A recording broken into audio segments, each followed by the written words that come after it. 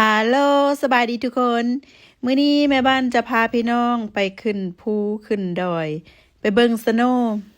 สิพาทุกคนไปเที่ยวเบิงสโนว์อยู่รัฐบอนแม่บ้านอยู่นี่ซีแอตเทิลวอชิงตัน อันนี้เป็นรถที่ว่าเขาจะกวดสโนว์ได้พี่น้องเอ้ยหนทางในข่าวจานพานบ่แม่นอีหยังเลยบ่แม่นนั้น บ่แม่นดอกไฟมันเป็นสโนว์ก็จะมีรถที่ว่าเขาเจ้าคอย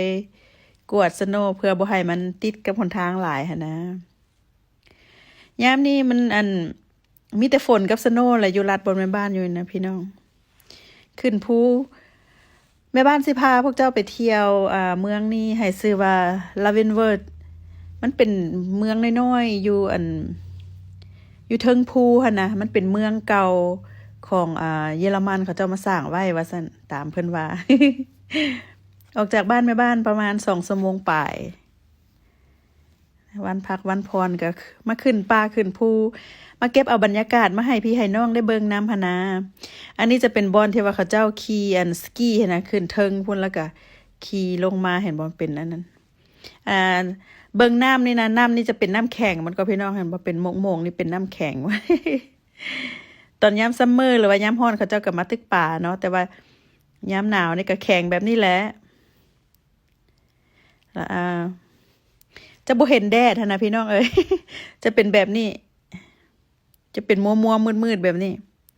ความหนาวบ่ก็ติดลบหั่นแล้วนะคันสิว่าเขาเทียบบ้านเฮาหั่นเมืองลาวหั่นนะเฮาจะไปชมเมืองน้อยพร้อมกันจักหน่อยก็ฮอดละมาฮอดแล้วพี่น้องเอ้ยเด้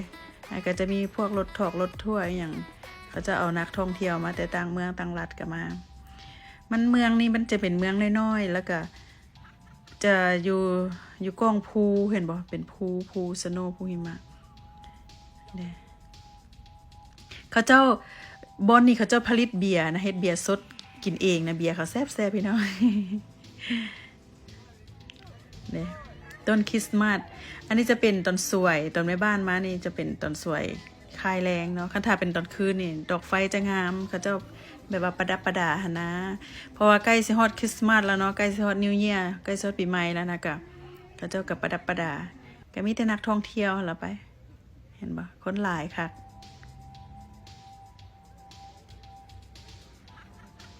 บรรยากาศก็จะประมาณนี้ผู้เล็กเด็กน้อยผู้เล็กเด็กแดงเขาเจ้าก็พากันมาเที่ยวมาชมเขาจะมาเบิ่งดอกไฟหั่นนะพี่น้องเด้แถวต้นไม้นี่เป็นดอกไฟหมดเมื่อคืนนี่จะงามขนาดงามอีหลีเอาหรอ งามปานเนรมิตพุ่นละไปเด็กก็จะมีห้านกินดอกกินดื่มคันถามว่าเปรียบบ้านเฮาก็จะประมาณแถววังเวียงค่ะนะพี่น้องเอ้ยจะประมาณนั้นเห็นบ่ต้นอันนี้นะเขาจะประดับประดาดอกไฟใส่หมดได้พี่น้องเอาบรรยากาศมาให้พี่น้องเบิ่งซั่นดอกว่าอันนี้ก็จะเป็นพวกนักเรียนเขาเจ้าพวกไฮสคูลหั่นนะเขาเจ้าก็มาร้องเพลงเกี่ยวกับคริสต์มาสเขาเจ้าหั่นแหละ เนี่ยดอกไฟนะเขาเจ้าประดับประดางามค่ะแม่บ้านบ่ได้ถ่าทายตอนคืนเนาะเพราะบัดเวลากลับมันไกลเดี๋ยวมัน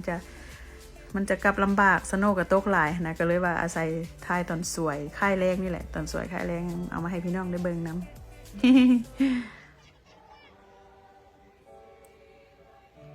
แต่ว่าบรรยากาศหนาวคักหนาวแน่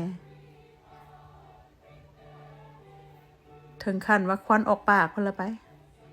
ฝนก็ตกย่อยๆ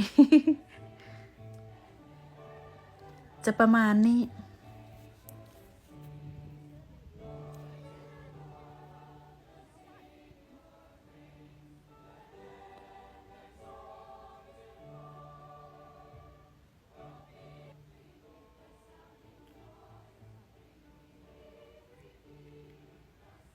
คือว่าหันละพี่น้องยามนี้มันใกล้สิฮอดคริสต์มาสแล้วก็ใกล้สิฮอดปีใหม่นะอยู่ต่างประเทศเนาะอยู่ไม่เกาะไม่กาอยู่ใส่ก็แล้วแต่เขาเจ้าก็จะเกี่ยมเฉลิมฉลองหันละไปก็เด็กน้อยก็เกี่ยมสิพักแล้วได้เกี่ยมพักโรงเรียนแล้วพักแบบว่าวินเตอร์เบรกนะ2 อาทิตย์จะประมาณนั้นเด็กเขาเจ้าก็จะมีตำรวจมี ผู้รักษาความปลอดภัยหั่นละไปแถวนี้ อันนี้จะเป็นรถม้าที่ว่านักท่องเที่ยวคือเฮาเจ้าค่อยนี่แหละมาแล้วก็มาขี่เห็นปะเขาเพิ่นก็ไล่เป็นชั่วโมงละ$30 เนี่ยจะประมาณนี้มากับคำฮู้คักพี่น้องเอ๋ยขี่รถม้ากันเป็นอันนี้แหละ ก็จะประมาณนี้เอาบรรยากาศที่ว่าใกล้สิฮอดปีใหม่ฮะนะเนี่ยอันนี้ก็จะเป็นบอนกินข้าวกินน้ำห้านอาหารนางแบบนี้นะนางกินเบียร์สดเขาจะนางกินเบียร์สดได้ท่านพี่น้องเอ๋ย แม่บ้านก็เลยว่าอยากเอาบรรยากาศแบบนี้มาให้อัน FC ได้เบิ่งนำฉันดอกว่าเด้แล้วมื้อหน้าแม่บ้านสิไปทายบอนใหม่แล้วก็สิมาให้พี่น้องเบิ่งอีกไปก่อนเด้อ